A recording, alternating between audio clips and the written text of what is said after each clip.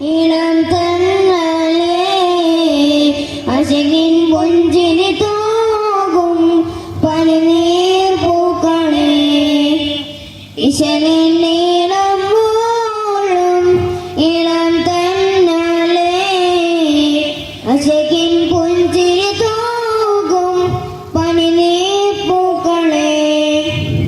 ആദരണീയ അധ്യക്ഷനെ, പ്രിയമുള്ള രക്ഷിതാക്കളെ, ഗുരുവര്യന്മാരെ, ഈ ആഘോഷ പരിപാടിയിൽ കൊച്ചു കഥാപ്രസംഗം അവതരിപ്പിക്കാൻ ആഗ്രഹിക്കുന്നു. തെറ്റുകൾ തിരുത്തണമെന്ന അപേക്ഷയുടെ കഥ തുടങ്ങുന്നു.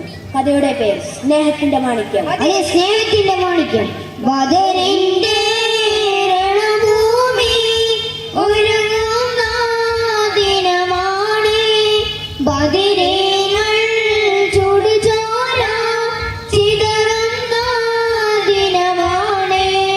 അണിനിരകും സാബത്തും സവാതുമാസവിധത്തിൽ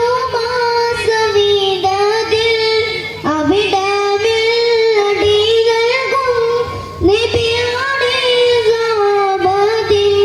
ബദറിന്റെ രണഭൂമി ഒരുങ്ങുന്ന ദിനമാണ്. ബദരീങ്ങൾ ചുടുചോര ചിതറുന്ന ദിനമാണ്. അതെ, ബദ്രുദ്ദ ദിവസം തിരുനബി സല്ലല്ലാഹു അലൈഹി വസല്ലം സഹാബികളെ അണിയിപ്പിച്ചു നിർത്തുകയാണ്. കയ്യിൽ ഒരു വടിയുണ്ടായിരുന്നു. എല്ലാവരും തിരുകൽപ്പനയ്ക്കായി കാതോർക്കുകയാണ്. സവാദ് ബിൻ ഉസൈർ റളിയല്ലാഹു അൻഹുവിൽ നിന്ന് അല്പം മുന്തിന്നു വന്നു. ഇത് കണ്ട് തിരുനബി സല്ലല്ലാഹു അലൈഹി വസല്ലം അവിടെ എത്തി. സവാദ് റളിയല്ലാഹു അൻഹുവിനെ വടി കൊണ്ട് ഉദരത്തിൽ മൃദുലമായി കുത്തി. സവാദ്, അനുസരിപ്പെടുത്തി നിൽക്കൂ, തിരുനബി സല്ലല്ലാഹു അലൈഹി വസല്ലം ആവശ്യപ്പെട്ടു.